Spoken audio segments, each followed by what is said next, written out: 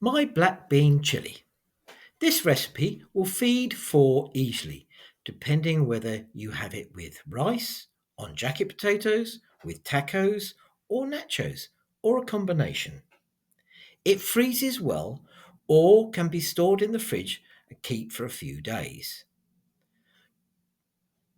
Little tip: before freezing, chill the chili in the fridge for a few hours and then pop into the freezer.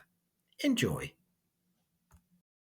Right, I'm going to try and do this in parts because I haven't got time to do a YouTube video. Right, first of all, the basic ingredients: spices, ground coriander, ground ginger, cumin, oregano, chilies. To taste: onions, taco mixed beans from Aldi, black beans again from Aldi, salt and pepper again from Aldi, and you can see here that that's how much I've ground into the lid of that one. That's how much I've ground into the lid of that one. I also, if you can get hold of some red peppercorns, they are or pink peppercorns. They are lovely. They're extra sweetness, but it's not necessary. Soy sauce, tomato puree. Now I use a tomato puree instead of tin tomatoes or passata because some passata's fine, but that little tin of tomato puree condensed from Sainsbury's are really good. It's quite cheap and it gives you that big bounce of tomato flavour that you need. Sometimes with tin tomatoes, seeds upset people, giving people indigestion. Then you've got the vinegar, and you've got a choice: ordinary malt vinegar or red wine vinegar. You need that for the tang. There's also, I should have put out, lemon juice. Now you can either use fresh lemon juice, fresh lemons, or just some lemon juice. Again, I get it from Aldi. Lemon juice in a pre-done. It really doesn't make any odds. Right, first of all, I will, that's the ingredients. Now, basically making it is dead easy. The key is the onions. So first of all, you put a little bit of olive oil in your pan. Don't need that much. In your pan, and you put that on to heat up, and then you chop your onions. Okay, I'm sure you know how to chop onions. I'm going to switch this off for now, and then we'll go into the more of the preparation. Okay, cut the onions and popping them in the pan. Now the whole taste and flavour of the chili is on how you cook the onions. Now, you mustn't burn them. You actually need to caramelise them.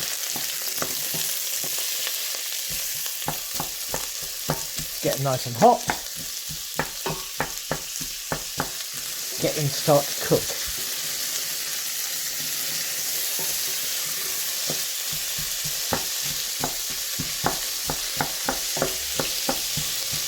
Once the onions are cooked, you just chuck the rest of the ingredients into it. Well, almost. No, I lie.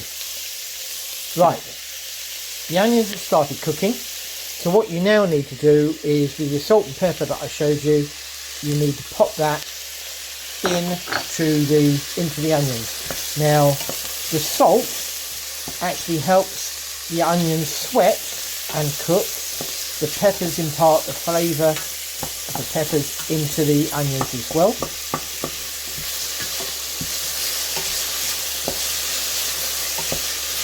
And they're starting to really cook up. So, turn them down a little bit into a medium flame, or medium heat and pop a lid on them. Now, while they're cooking, you've got to check them occasionally. I'm going to chop the chilies. I'm halfway through chopping the chilies. Now, need to take the lid off the pan and give it a quick, excuse me, pepper got into me. Give it a quick stir. Make sure it's not turning brown. You don't want it to burn. That's the main thing. A slight brown tinge to the onions is good. A slight, oh dear, it's all messed it up. A slight tinge to the onions is good, but essentially you don't want them to burn. Okay, I'm going to chop the do more to the chilies. Okay, I've separated the seeds from the chilies, and I'm now going to give the onions another quick stir to make sure they're not burning. As I said, I've got them on a medium heat at the moment because, as I said, I'm preparing the vegetables. The longer you cook the onions, the sweeter they will get. Okay, I'm going to now finely chop the chilies. Okay, I've chopped the chilies. They're not particularly fine. You don't really need to worry too much about how fine you cut them up. Or I would say, when you're cutting up chilies and onions, I'm going to turn the actual onions up to 5 now on the heat. Wash your hands with cold water afterwards. Don't ever wash them with warm water or hot water. And don't rub your eyes. I'm sure you know that. So, if they do get a little bit brown or discoloured, or a little bit too cooked, then just a little dash of water into it and give it a good stir, and that will help bring the flavour out, the brownness out of the pan, stop the onions from burning and impart the flavour back into the onions. Right, they're still cooking. Chuck in the chilies.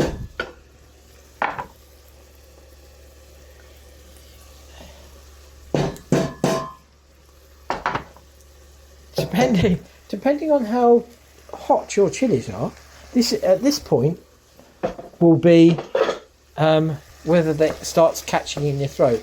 If you're doing something like Scotch bonnet or something like that, then they really will take your breath away. But you can always stick the lid on the pan and leave it for a few minutes.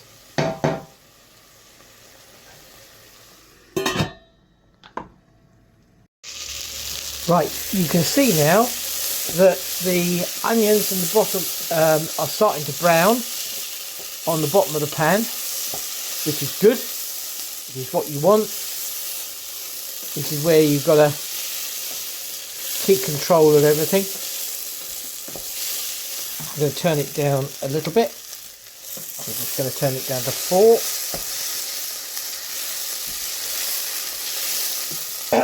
And the onions are getting a little bit more colouring to them, which is flavour. Now, I don't use garlic. I think I told you that anyway. Mainly because, one, it upsets me quite violently. Don't use the seeds of either. I use tomato puree, and I don't use the seeds on the chili because the seeds and tomato pips give a lot of people indigestion, and they actually think it's a chili, and it's not that. Right, as you can see, it's starting to brown again on the pan.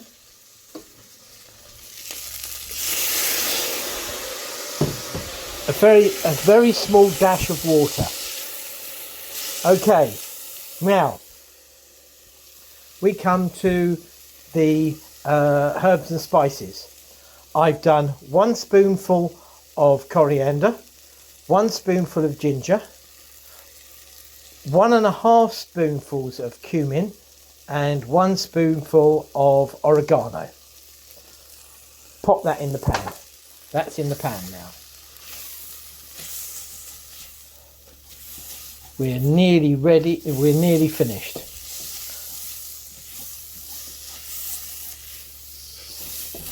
I'm going to add a little dash of water.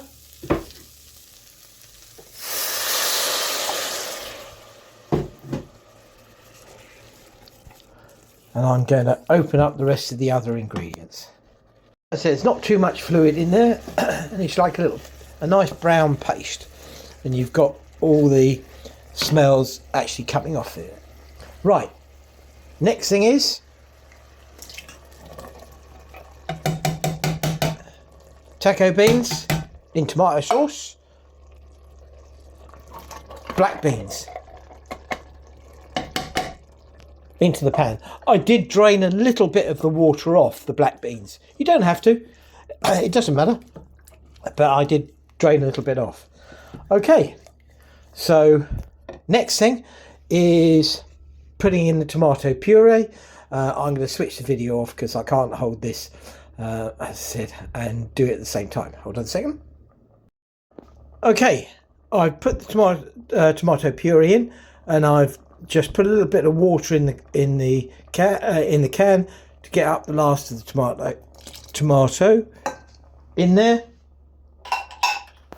Right, give it a good stir in.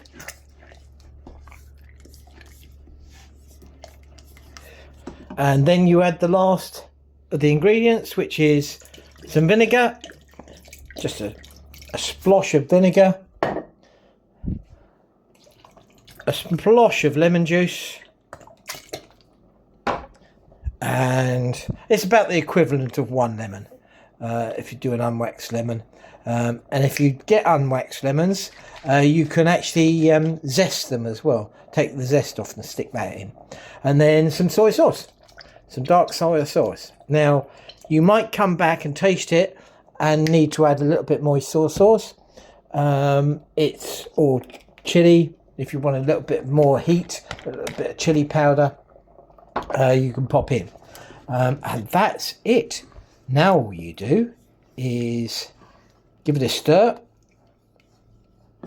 As you can see, the consistency, it's quite reasonably thick. Turn it right down to simmer. And